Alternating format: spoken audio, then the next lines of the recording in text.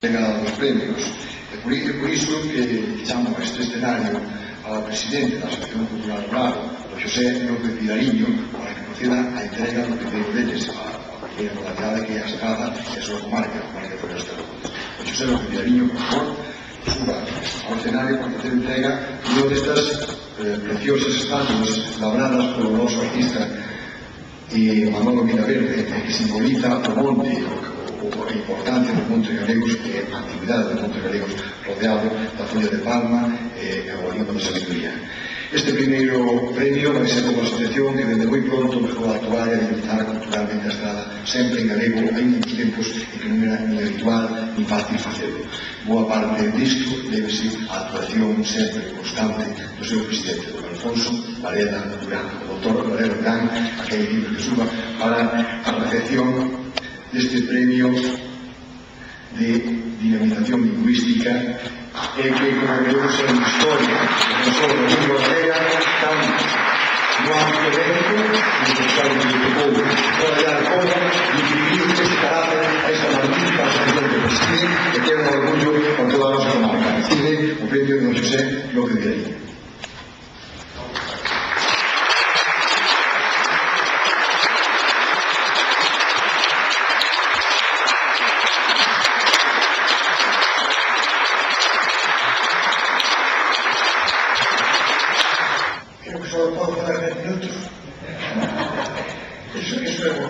Bueno, eu quero facer e saludar ao noso alcalde, a José López, o presidente do Grado, a José López Vidariño, o profesor López Vidariño, e os demais membros da directiva.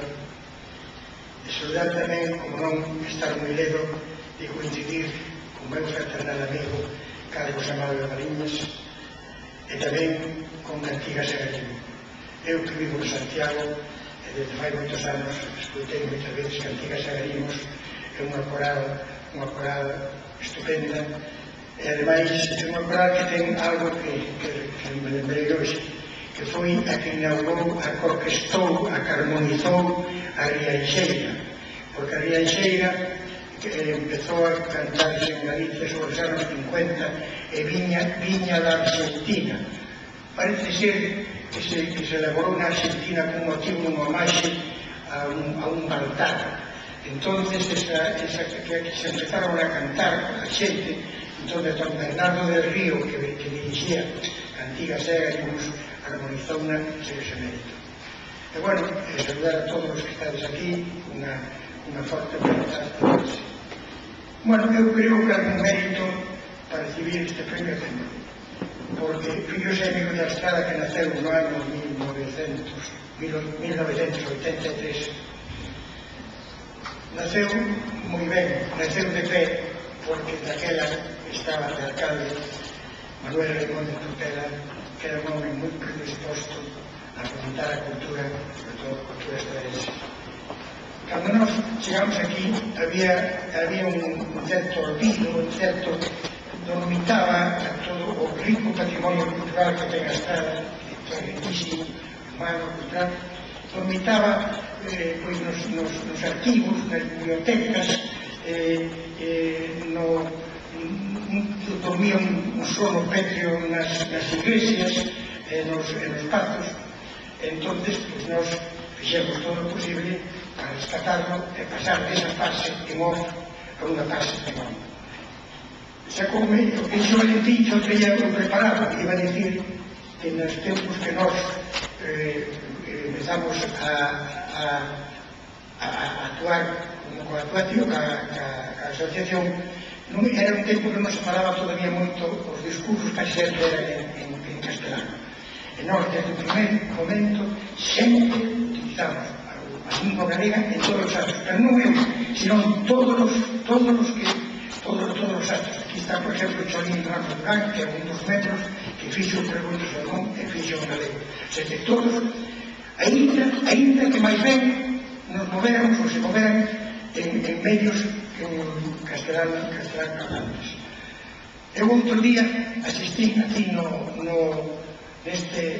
teatro principal a presentación dunha asociación de sanitarios que o fin era promover o galego entre todos os sanitarios, enfermeiras, médicos e tal. E aos poucos días asistí en Berres a unha homenaxe a Marcial Valladares, onde tamén unha fundación de funcionarios, unha fundación de funcionarios que tamén para promover o desenvolvemento do galego. Eu, saben, aquí na estrada, todos os meus amigos, que eu sempre tuve na teoría e que a forma para conservar o galego, para que o galego sea un idioma querido e respetado, hai que aumentarle a autoestima. E para aumentarle a autoestima hai que fazer eso, cruzarle a xente influente,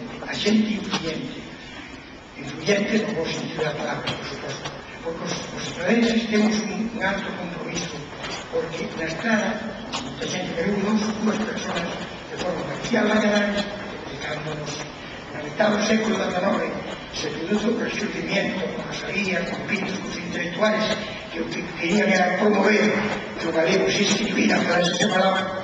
Resulta que a peza clave dese momento foi Marcial Valladares. Marcial Valladares, que era un señor final da aristocracia, non falaba cos seus caseiros e cos seus paisanos en castelán, falaba galego. E entón tiña recollidas máis de 10.000 palabras día da xente, e publicou o primeiro dicionario galego. Iso foi unha das bases para que se pudera empezar a escribir o galego e despois a segunda persona foi Antón Salvatierre. Antón Salvatierre foi a persoa, tamén, como era un catedrático, foi a persona que tuvo a idea de crear a revista Nós, que foi a primeira revista que se puxo en galego, que foi a que despois do lugar puxido ao Partido Galeguista, que en aquel momento era unha revista simplemente de tipo intelectual.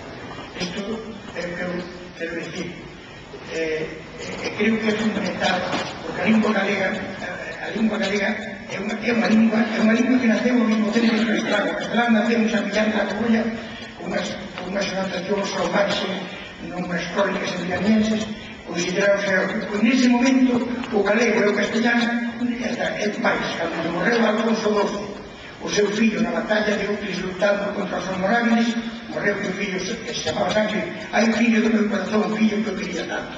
O sea que temos que ter sentir o orgullo de que temos unha gran lingua de tanto.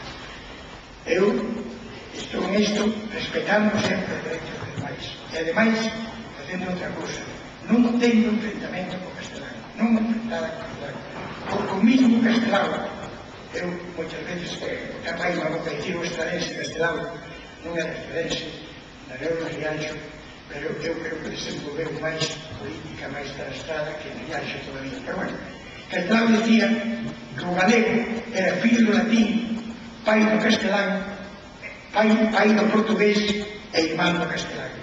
E xa remato con un recordo, alegro moito a min o da palabra San Martiño trae un recordo moi grande na estrada, porque o día de San Martiño creo que era a mellor festa que se celebraba na estrada. Era unha festa moi parrandeira, estaba cheo do juego de postos de xuguetes, de venta de roupa, de rifas e tal, e aparte de todo iso, o centro estaba na plazuela, onde se poñían os tiubigos, as lanchas, aquelas lanchas que había que puxalas, e un personaxe moi similar que se chamaba Barriga Verde, que tiña un teatro que decía espectáculo culto e moral, decía, poníase na entrada e decía señores, entrada gratis, salida a pagos.